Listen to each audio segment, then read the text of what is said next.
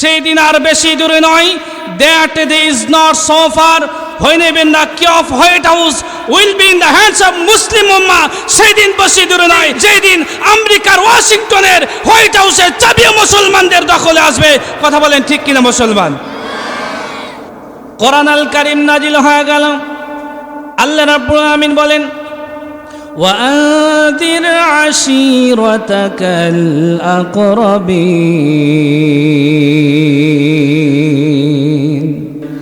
আল্লাহ ডাক দিয়ে বলে, হাবিব প্রকাশ্যে কালিমার দাওয়াত দেওয়া যাবে না। আপনি যদি প্রকাশ্যে কালিমার দাওয়াত দিন, মক্কার জমিনে কোরআনের আলোচনা বন্ধ করে দেবে। আল্লাহ রাব্বুল আলামিন ডাক দিয়ে বলে, ওয়ানজির আশিরাতাকাল আকরাবিন। হে নবী, আপনি আপনার নিকটাত্মীয়দের মাঝে কালিমার দাওয়াত প্রদান করুন। প্রকাশ্যে কালিমার দাওয়াত দেওয়া যাবে না। আল্লাহ নবী গোপনে গোপনে 3টি বছর কালিমার দাওয়াত দিলেন। 3 বছর পার হয়ে গেল। আল্লাহ পাক তার হাবিবের প্রতি আরেকখানা আয়াত অবতীর্ণ করলেন। আল্লাহ রাব্বুল আলামিন বলেন, ফাসদা বিমা তুমার ওয়া আরিদ আনিল মুশরিকিন। হে নবী, এতদিন আপনি গোপনে গোপনে কালিমার দাওয়াত দিয়েছেন, আর গোপনে গোপনে কালিমার দাওয়াত নয়, এখন থেকে কোরআন আল কারীমের দাওয়াত হবে ওপেনে। আল্লাহ পাক বলেন, আলহামদুলিল্লাহিল্লাযী আনজালা আলা আবদিহিল কিতাবা ওয়া লাম ইয়াজআল লাহু ইওয়াজা। সমস্ত প্রশংসা আল্লাহ পাকের জন্য, যে আল্লাহ পাক ঘুণে ধরাই পৃথিবীতে কোরআন অবতীর্ণ করেছেন। কোরআন অবতীর্ণ করে পৃথিবীর অসভ্য মানুষগুলোকে সভ্য বানিয়েছে, খারাপ মানুষগুলোকে ভালো বানিয়েছে। যে মানুষগুলো অন্ধকারের ভিতরে নিমজ্জিত ছিল, ওই মানুষগুলোকে আল্লাহর কোরআন ভালো বানিয়েছেন। আল্লাহ পাক বলেন, ওয়ালাম ইয়াজআল লাহু ইওয়াজা। এমন একটি কোরআন আমি আল্লাহ অবতীর্ণ করেছি, যে কোরআনের ভিতরে কোনো প্রকারের বক্রতাপূর্ণ কথা নাই। আল্লাহ রাব্বুল আলামিন বিশ্বনবী মুহাম্মদুর রাসূলুল্লাহ সাল্লাল্লাহু আলাইহি ওয়াসাল্লামের উপর কোরআন আল কারীমের আয়াত অবতীর্ণ করে দিলেন। নবীজি আর গোপনে গোপনে কালিমার দাওয়াত দেওয়া চলবে না, এখন থেকে কোরআন আল কারীমের দাওয়াত হবে ওপেনে। আল্লাহ নবী সময়ের নিয়ম অনুযায়ী চলে গেলেন সাফা পাহাড়ে। সাফা পাহাড়ে আরোহণ করে আল্লাহ নবী সমস্ত গোত্রের নাম ধরে ধরে ডাক দিলেন, ইয়া সাবাহা, ইয়া আব্দে মুত্তালিফ, ইয়া আব্দে মানাফ। নবীজি সমস্ত গোত্রের নাম ধরে ধরে ডাক দিলেন। যারা আসতে পেরেছে তারা তো এসেছে, আর যারা আসতে পারে নাই অন্য অন্য যুবকদেরকে ভাড়া করে পাঠিয়েছেন। কারণ এমন একজন মানুষ ডাক দিয়েছেন, যিনি 40টি বছরে একটি বারের জন্য মিথ্যা কথা বলে নাই। আরবের সমস্ত নেতা এবং গোত্রপতিরা উপস্থিত হয়ে গেল সাফা পাহাড়ের চতুর্দিকে।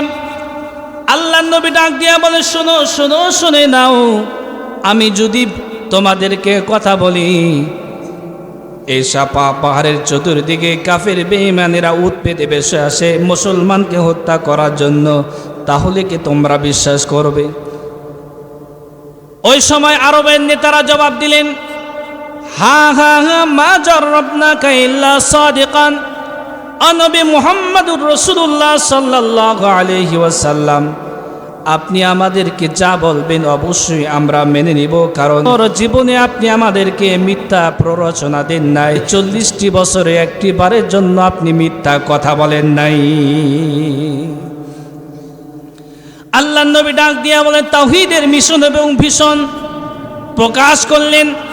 আল্লাহ নবী ডাক দিয়া বলেন, কুলু লা ইলাহা ইল্লাল্লাহ তুফলিহুন তা'বুদুনাল্লাহা ওয়াহদা। লা ইলাহা ইল্লাল্লাহ, এক আল্লাহ ছাড়া কারো কাছে মাথা নত করা যাবে না। এক আল্লাহ ছাড়া কারো কাছে গোলামি করা যাবে না, এক আল্লাহ ছাড়া কারো বিধান মানা যাবে না, এক আল্লাহ ছাড়া কারো কাছে মাথা নত করা যাবে না, এক আল্লাহ ছাড়া কারো গোলামি করা যাবে না। মুসলমান জানতে চায় গোলামি করব কার? প্রিয় ভাইরা আমার, আল্লাহর নবী দাওয়াত দিলেন। দূরের মানুষেরা বিরোধিতা করে নাই, আপন মানুষ আবু লাহাব নবীকে মারার জন্য হাত উত্তোলন করেছে। আবু লাহাব ডাক দিয়া বলেন, দাব্বাল্লাকা ইয়া মুহাম্মদ শাইরুল ইয়াউম আলিহাদা জামাতানা। ও মুহাম্মদ, তোর গোটা জীবন ধ্বংস, তুমি আমাদেরকে কথা বলার জন্য একত্রিত করেছ। প্রিয় ভাইরা আমার, তারা কোরআন আল কারীমের আলোচনা মক্কার জমিনে স্তব্ধ করে দিতে চেয়েছিল, মক্কার জমিনে বন্ধ করে দিতে চেয়েছিল। আল্লাহ পাক বলেন, وقال الذين كفروا لا تسمعوا لهذا القرآن والغوا فيه لعلكم تغلبون।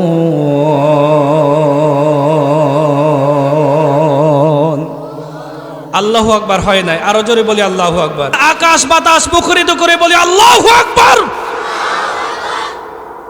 সূরা হামিম সিজদা 24 নম্বর পারা 18 নম্বর পৃষ্ঠার 11 নম্বর লাইনে 4 নম্বর 26 নম্বর আয়াত।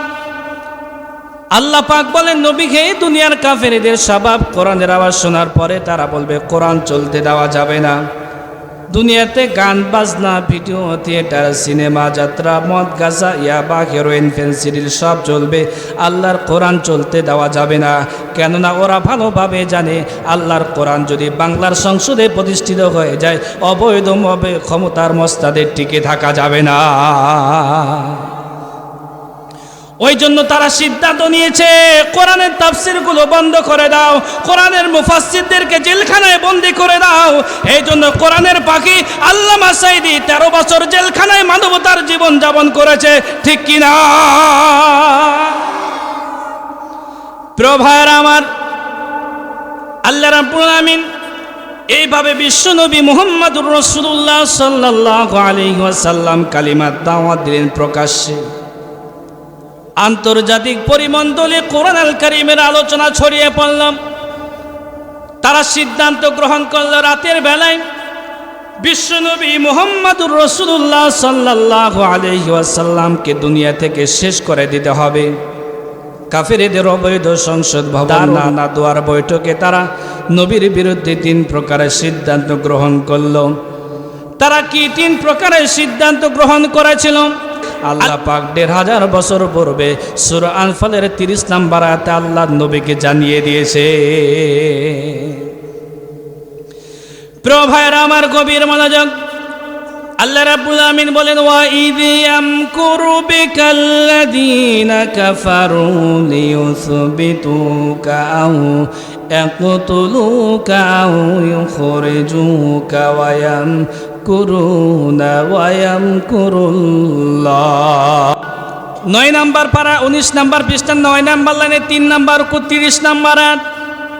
আল্লাহ পাক বলেন, নবী স্মরণ করেন সেই সময়ের কথা যখন কাফেরদের অবৈধ সংসদ ভবন দারুন নাদুয়ার বৈঠকে আপনার বিরুদ্ধে 3 প্রকারের সিদ্ধান্ত গ্রহণ করা হলো। 1 নম্বরে লিউসবিতুকা, আপনাকে জেলখানার 4 দেয়ালের ভিতরে বন্দী করে দিবে। জীবনে একটি বারের জন্য আপনি কোরআনের কথা আপনার উম্মতের সামনে বলতে পারবেন না, ওই সুযোগ বন্ধ হয়ে যাবে। তাদের সংসদ ভবনে ইবলিস শয়তান উপস্থিত হয়ে গেল। ডাক দিয়া বলে, শুনে নাও, শুনে নাও, তোমরা যে সিদ্ধান্ত গ্রহণ করেছ এই সিদ্ধান্ত মেনে নেওয়া হবে না। কারণ আব্দুল্লাহর পুত্র মুহাম্মাদের জনপ্রিয়তা কম নয়। প্রয়োজনে আব্দুল্লাহর পুত্র মুহাম্মাদকে আরবের মানুষগুলো জেলখানার তালা ভেঙে তাকে মুক্ত করবে, এরপরও বিশ্বনবীর বন্দী জীবন তারা মেনে নেবে না, ঠিক কিনা? 2 নম্বর সিদ্ধান্ত গ্রহণ করল, আও ইয়াকতুলুকা, নবীকে হত্যা করে ফেলতে হবে। 3 নম্বর সিদ্ধান্ত গ্রহণ করা হলো, আও ইখরিজুকা, নবীকে দেশ থেকে বিতাড়িত করে দেওয়া হবে। তাদের অবৈধ সংসদ ভবনে 3 প্রকারের সিদ্ধান্ত গ্রহণ করা হলো। আল্লাহ পাক কোট করে জানিয়ে দিলেন, রাতের বেলায় নবীকে হত্যা করা হবে। আল্লাহ ডাক দিয়া বলে, হাবিব আর মক্কার জমিনে থাকা যাবে না, হিজরত করে এখন চলে যেতে হবে মদিনায়। আল্লাহ নবী রাতের বেলায় হিজরত করে চলে যাবেন মদিনায়। এমন সময় বিশ্বনবী মুহাম্মদুর রাসূলুল্লাহ সাল্লাল্লাহু আলাইহি ওয়াসাল্লামের বাড়ি ঘেরাও করা হয়েছে। আল্লাহ নবী বাড়ি থেকে বের হলে নবীকে তো চতুর্দিক থেকে ইট বালি পাথর মেরে মেরে নবীকে হত্যা করা হবে। প্রিয় ভাইরা আমার, গভীর মনোযোগ। আল্লাহ ডাক দিয়ে বলে, হাবিব,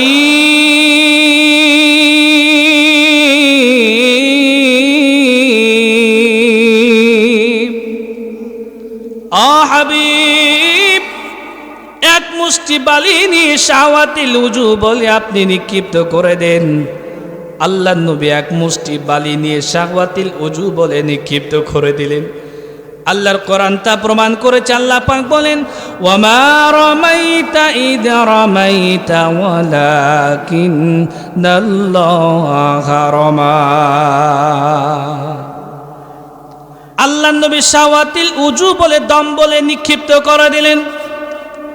সমস্ত কাফির মুশরিকদের চোখে মুখে বালিগুলো পৌঁছে গেল।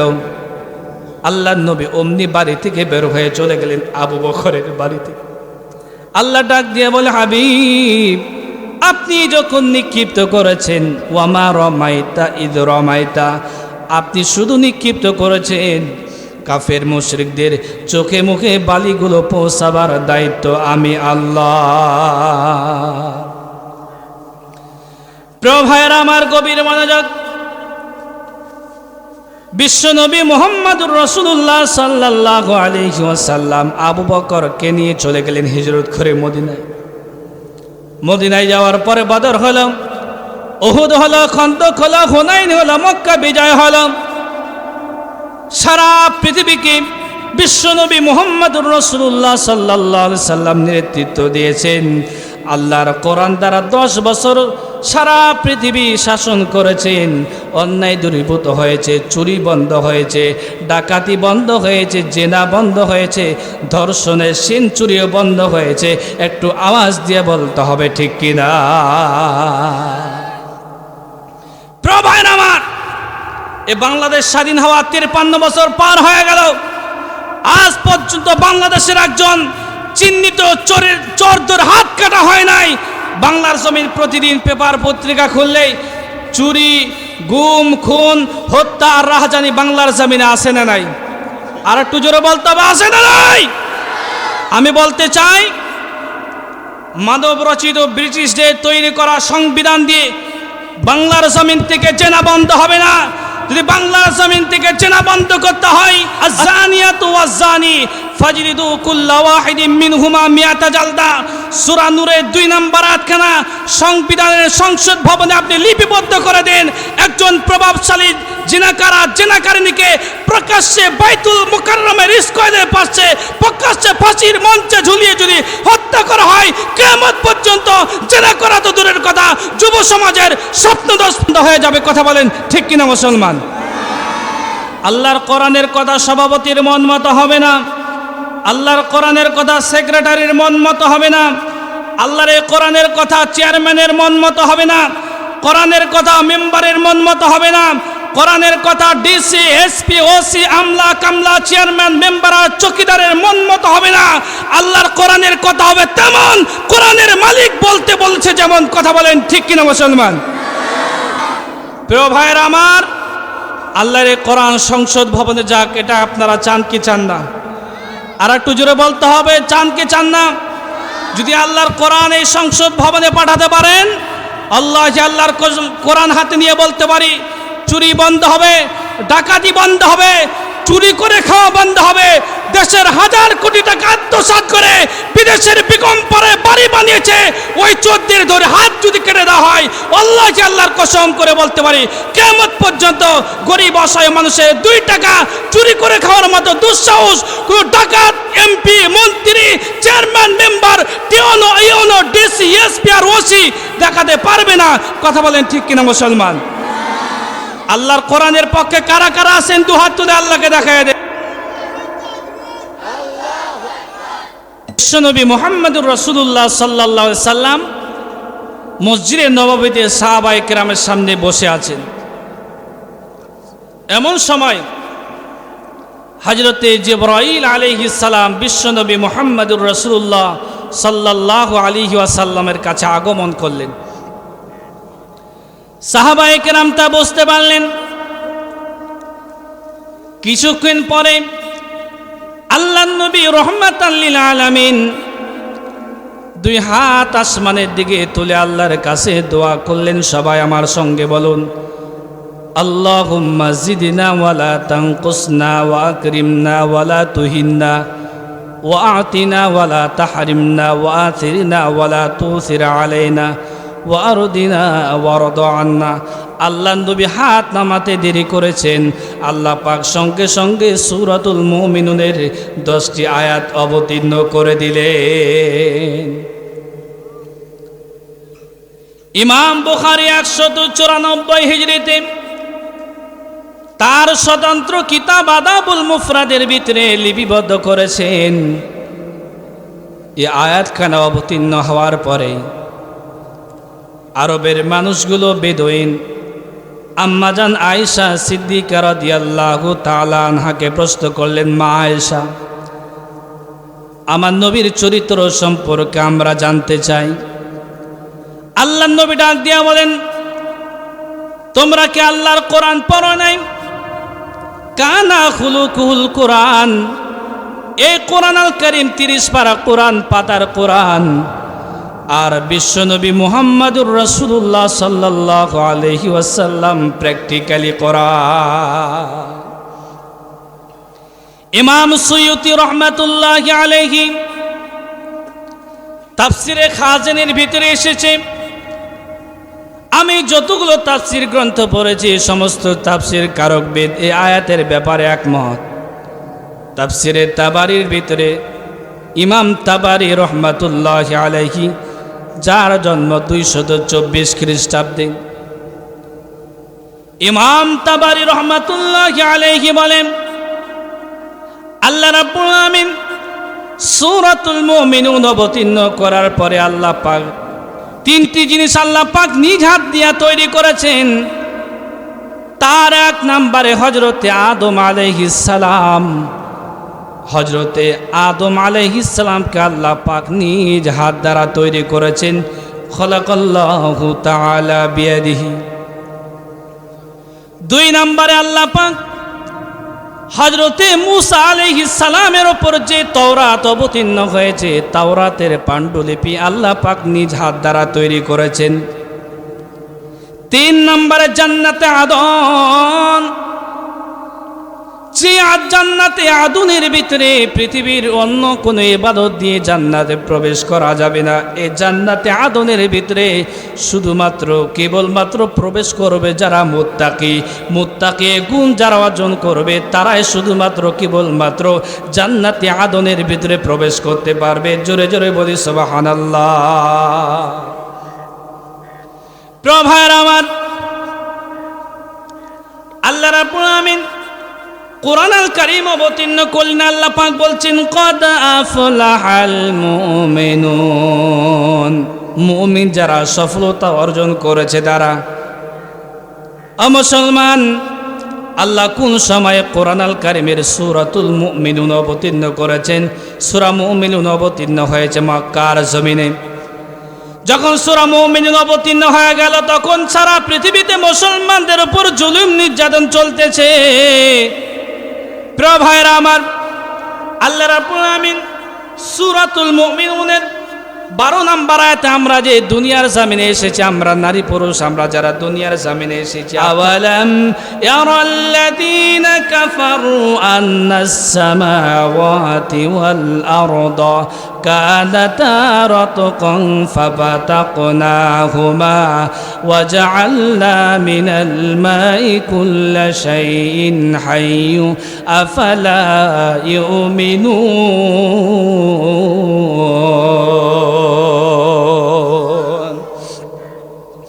আল্লাহ পাক বলেন, অবিশ্বাসীরা কি দেখে না?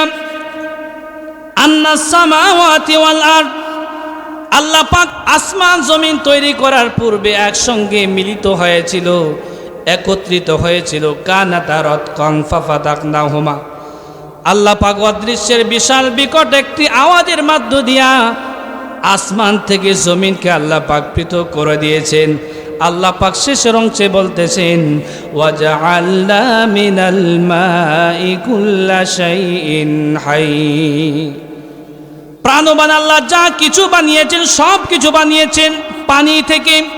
আল্লাহ রাব্বুল আলামিন বলেন, হাল আতা আলাল মিনাদ দাহরি লাম ইয়াকুন শাইআম মাযকুরা। আল্লাহু আকবার। আল্লাহ পাক বলেন, মানুষ কি চিন্তা করে না? দুনিয়া আসার পূর্বে মানুষের কোনো অস্তিত্ব ছিল না, কেউ তারে জানতো না, কেউ তারে চিনতো না, নাম ছিল না, পরিচয় ছিল না, কেউ তারে জানতো না, কেউ তারে চিনতো না, মানুষ ছিল নাথিং। আল্লাহ পাক বলছেন, লাম ইয়াকুন শাইআম মাযকুরা। তোমার কোনো অস্তিত্ব ছিল না। কেমনে তুমি আমি দুনিয়াতে এসেছি? আল্লাহ পাক বলেন, ওয়ালাকাদ খালাকনাল ইনসানা মিন সুলালাতিন মিন তিন। আমি আল্লাহ মানুষ তৈরি করেছি মাটির নির্যাস থেকে, মাটির সারাংশ থেকে। এরপরে আল্লাহ পাক বলছেন, সুম্মা জাআলনাহু নুতফাতান ফি করারিম মাকিন। এরপরে আমি আল্লাহ মানুষকে স্থাপন করেছি সুরক্ষিত আধারে। স্বামী স্ত্রীর যখন মিলন হয়, পুরুষের পৃষ্ঠদেশ থেকে আর মহিলাদের বক্ষ পিঞ্জর থেকে সবেকে নির্গত এক ফোঁটা নাপাক পানি। এ নাপাক পানি ফোঁটা মায়ের রেহেমের ভিতরে ৬০ প্রকার প্রক্রিয়ার মাধ্যমে আল্লাহ পাক মায়ের রেহেমের ভিতরে তিল তিল করে তোমাকে আমাকে আল্লাহ পূর্ণতা দান করেছে। প্রিয় ভাইরা আমার, গভীর মনোযোগ। নারী পুরুষের মিলনের মধ্য দিয়া ওই নাপাক বীর্যখানা মায়ের রেহেমের ভিতরে যখন প্রবেশ করে, মায়ের রেহেমের ভিতরে প্রবেশ করার পরে বীর্য আকারে ৪০ দিন পার হয়ে গেল। ৪০ দিন পরে এই বীর্য হয়ে যায় রক্তপিণ্ড। পরবর্তী ৪০ দিনে, তৃতীয় ৪০ দিনে মাংসপিণ্ডে পরিণত হয়ে যায়। পরের ৪০ দিনে আল্লাহ পাক হাড়ে পরিণত করেন। এরপরের ৪০ দিনে আল্লাহ পাক হাড় দ্বারা, হাড়ের ওপরে আল্লাহ পাক মাংসের আবরণ দিয়ে আল্লাহ পাক ঢেকে দেন। ষষ্ঠ ৪০ দিনে আল্লাহ রাব্বুল আলামিন রূহ ফুঁকে দিন, আপনি এখন পূর্ণাঙ্গ মানুষ। এইভাবে আপনি আমি দুনিয়ার জামিনে এসেছি। আমরা যখন মায়ের পেটের ভিতরে ছিলাম, একজন সন্তান মায়ের পেটের ভিতরে লালিত পালিত হওয়ার জন্য মাত্র 10 ইঞ্চি পরিমাণ জায়গা থাকে। একটু জোরে বলেন, কত ইঞ্চি মুসলমান? একটু পিছনে ভাইরা বলেন তো, কত ইঞ্চির জায়গা থাকে? মাত্র 10 ইঞ্চি পরিমাণ জায়গা থাকে। কিন্তু মায়ের পেটের ভিতরে সন্তানের বয়স যখন 7 মাস 1 দিন হয়ে যায়, সন্তানটা 10 ইঞ্চি লম্বা হয়ে যায়। এর মানে হলো বন্ধু, মায়ের পেটের ভিতরে সন্তান বড় হওয়ার জন্য আর বিন্দু পরিমাণ জায়গা থাকে না। সন্তান যখন ক্রমান্বয়ে আস্তে আস্তে বড় হতেছে, সন্তান 15 ইঞ্চি লম্বা হয়ে গেল। সন্তান যখন 15 ইঞ্চি লম্বা হয়ে গেল, সন্তানের পাও দুইখানা মায়ের কলিজার নিচে সেট করে দেওয়া হলো। সন্তানের মাথা থাকে মায়ের জরায়ুর দিকে, সন্তানের পাও দুইখানা আল্লাহ পাক মায়ের কলিজার নিচে সেট করে দেন। মায়ের কলিজাটা 5 ইঞ্চি পরিমাণ ওপরে উঠে যায়। ও মুসলমান, গভীর মনোযোগ। তুমি আমি যখন মায়ের পেটের ভিতরে ছিলাম, মাকে আমরা কতভাবে কষ্ট দিয়েছি। হাঁটু দ্বারা কত দিয়েছি মা, পা দ্বারা কত দিয়েছি। জন্ম দুঃখী মা খেতে পারে নাই, বসতে পারে নাই, দাঁড়াতে পারে নাই। এভাবে 1 নয় 2 নয়, সর্বনিম্ন 6 মাস, সর্বোচ্চ 10 মাস 10 দিন তোমার আমার মা তোমার আমার জন্য এভাবে কষ্ট করেছে।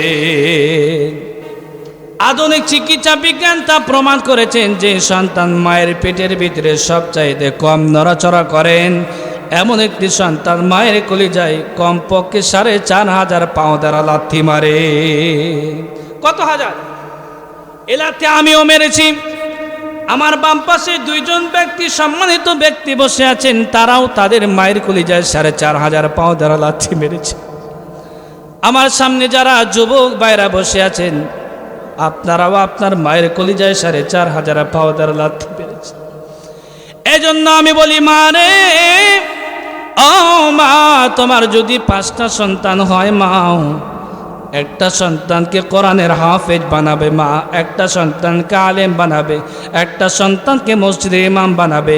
আল্লাহর কসম, একটা সন্তানকে যদি আলেম বানাতে পারো মা, বৃদ্ধ হওয়ার পরে তোমাকে বৃদ্ধাশ্রমে যেতে হবে না।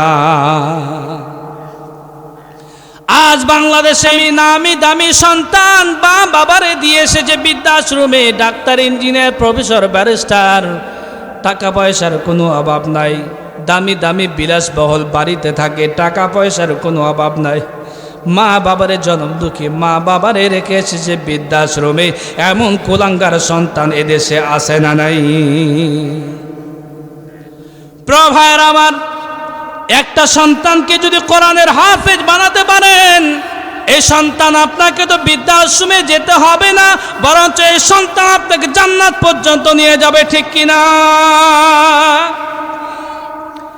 সন্তান যখন ক্রমান্বয়ে মায়ের পেটের ভিতরে বড় হয়ে গেল, আধুনিক চিকিৎসা বিজ্ঞান প্রমাণ করেছেন, যে সন্তান মায়ের কলিজায় সবচাইতে কম নড়াচড়া করেন পেটের ভিতরে, ওই সন্তান 4,500 পাও দ্বারা লাথি মারেন।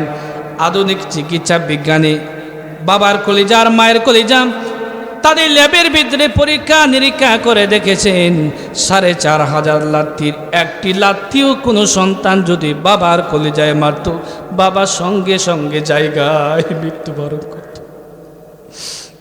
ও ভাই, ও যুবক রে, সুন্দরী বউ পায় আজকে মাকে ভুলে গেছো রে যুবক। তুমি কি জানো না, তুমি যখন ছোট্ট ছিলে তোমার মা তোমার কারণে ঘুমাতে পারে নাই। জনম দুঃখী মা কখনো না ঘুমায় না, সারাদিনের কর্মব্যস্ততা শেষ করে মা যখন সবার শেষে ঘুমাতে গিয়েছে, আপনি আমি এত জোরে হাঁটু দ্বারা পাও দ্বারা গুঁতো দিয়েছি, মা ঘুমাতে পারে নাই। জনম দুঃখী মা কখনো আগে খায় না, সারাদিনের ব্যস্ততা শেষ করে স্বামী সংসার সব কাজকর্ম করার পরে মা খাবার থাকলে খায়, না থাকলে মা অনাহারে মানবতার জীবন যাপন করে। মা যখন সবার শেষে খেতে বসেছে, প্রথম লোকমাখানা মা যখন মুখে দিবে, তুমি আমি এত জোরে হাঁটু দ্বারা পাও দ্বারা কলিজায় আঘাত করেছি, মা সঙ্গে সঙ্গে খাবার প্লেট রেখে দিয়েছে। একবার উঠে যে একবার বসার চেষ্টা করেছে, এভাবে 1 নয় 2 নয়, 10 মাস 10টি দিন তোমার মা আমার মা তোমার আমার জন্য এভাবে কষ্টের মানবতার জীবন যাপন করেছে। তুমি আমি দুনিয়া এসেছি, ডেলিভারির কষ্ট সহ্য করেছে, মা শহীদের মতো রক্ত ঝরিয়েছে। মা কত ভালোবাসে সন্তানকে। তুমি আমি যখন মায়ের পেট থেকে যখন আমরা দুনিয়াতে এসেছি, ডান দিকে প্রসাব করে দিয়েছি, মা বাম দিকে নিয়েছে, আবার বাম দিকে যখন প্রসাব করে দিয়েছি, মা ভিজা বিছানায় রাখে নাই, বুকের ওপর রেখে রাতের পর রাত অতিবাহিত করেছে। এই জন্য খবরদার বলি মা, যুবকেরা রে, মায়ের সঙ্গে বাবার সঙ্গে খারাপ ব্যবহার করবে না। আল্লাহ রাব্বুল আমিন বলেন, ওয়াকাদা রাব্বুকা আল্লা তা'বুদু ইল্লা ইয়্যাহু ওয়া বিল ওয়ালিদাইনি ইহসানা। আল্লাহ রাব্বুল আমিন চূড়ান্ত সিদ্ধান্ত ফয়সালা দিয়ে দিয়েছেন। 1 নম্বরে আল্লাহর ইবাদত, ইবাদতটা হবে কার? আর একটু জোরে বলেন, ইবাদত হবে কার? 1 নম্বরে আল্লাহর ইবাদত, আল্লাহর ইবাদত করার পরে 2 নম্বরে ওয়াবিল ওয়ালিদাইনি ইহসানা, মা বাবার খেদমত করতে হবে। মা বাবা যদি অমুসলিম হয়, মা বাবার সঙ্গে খারাপ ব্যবহার করা যাবে না। বৃদ্ধাঙ্গুলি দেখিয়ে মায়ের সঙ্গে বাবার সঙ্গে কথা বলা যাবে না। মা বাবার সঙ্গে যদি বৃদ্ধাঙ্গুলি দেখে কথা বলো, আল্লাহর জান্নাত তোমার আমার জন্য হারাম হয়ে যাবে। কথা বলেন ঠিক কিনা মুসলমান? আল্লাহ রাব্বুল আমিন অন্য আয়াতে বলছেন, ওয়াসাইনাল ইনসানা বিওয়ালিদাইহি হামালাতুহু উম্মুহু কুরহা ওয়া ওয়াদাতুহু কুরহা ওয়াওয়াসাইনাল ইনসানা বিওয়ালিদাইহি হামালাতুহু উম্মুহু কুরহা ওয়া ওয়াদাতুহু কুরহা। কেন তুমি আমি মায়ের সঙ্গে খারাপ ব্যবহার করব না? কারণ মা তোমার আমারে পেটের ভিতরে কষ্টের পর কষ্ট করে তোমার আমারে পেটের ভিতরে ধারণ করেছে।